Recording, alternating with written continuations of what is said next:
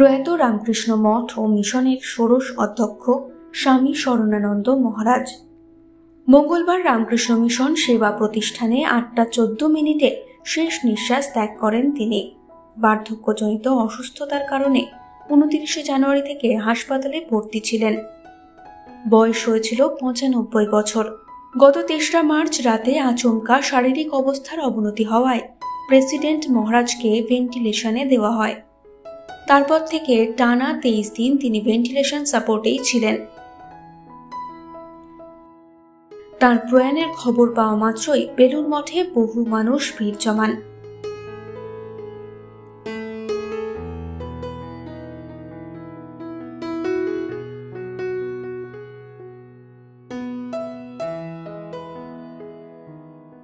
রামকৃষ্ণ মঠ ও মিশনের ষোড়শ অধ্যক্ষ ছিলেন স্বামী শরণানন্দ। স্বামী আত্মস্থানন্দের জীবনাবসানের পরে 2017 সালের 17 জুলাই অধ্যক্ষ হিসেবে দায়িত্ব নেন তিনি।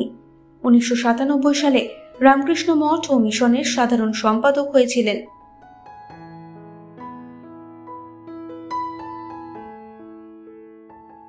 2007-এ সহ অধ্যক্ষ হন। এরপর 2017-তে স্বামী আত্মস্থানন্দের প্রয়াণের পরে ওই বছরই 17 জুলাই মঠ ও মিশনের অধ্যক্ষ হন স্বামী শরণানন্দ।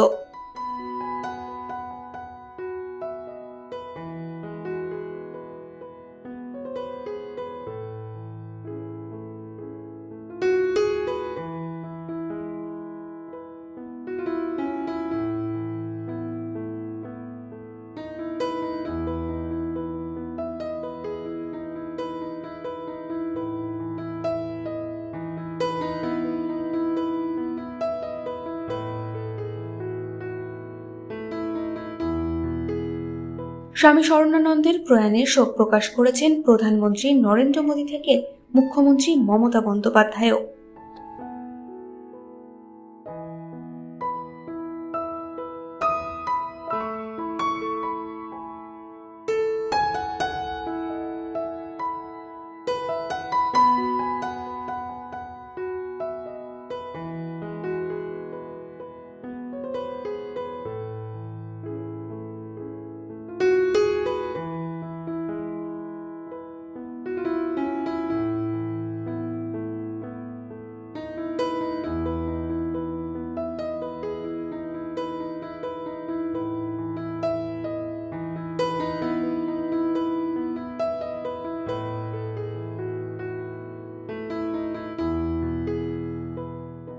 এই সময় ডিজিটাল।